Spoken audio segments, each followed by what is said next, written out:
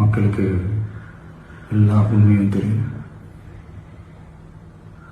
மக்கள் எல்லாத்தையும் பார்த்துக்கிட்டு இருக்கிறாங்க. கரூரை சேர்ந்த அந்த மக்கள் அந்த உண்மையெல்லாம் வெளியில சொல்லும்போது எனக்கு கடவுளே நேரில் வந்து இறங்கி அந்த உண்மைகள்லாம் சொல்ற மாதிரி எனக்கு தோணுச்சு. சீக்கிரமே எல்லா உண்மைகளும் வெளியில வரும்.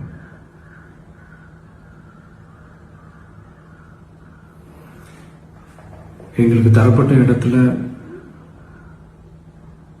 நாங்கள் போய் அந்த அந்த ஸ்பாட்ல நின்று நாங்கள் பேசிட்டோம். அதை தாண்டி எந்த தவறும் எங்கள் சைடில் நாங்கள் எதுவும் செய்யலை. பட் இருந்தாலும் எங்கள் கட்சியை சேர்ந்த நிர்வாகிகள் தோழர்கள் மேலே எஃப்ஐஆர், அது மட்டும் இல்லை சோஷியல் மீடியாவை சேர்ந்த நண்பர்கள் தோழர்கள் அவங்க மேலே எஃப்ஐஆர்லாம் போட்டு இப்போ பிடிச்சிட்டு இருக்கிறாங்க.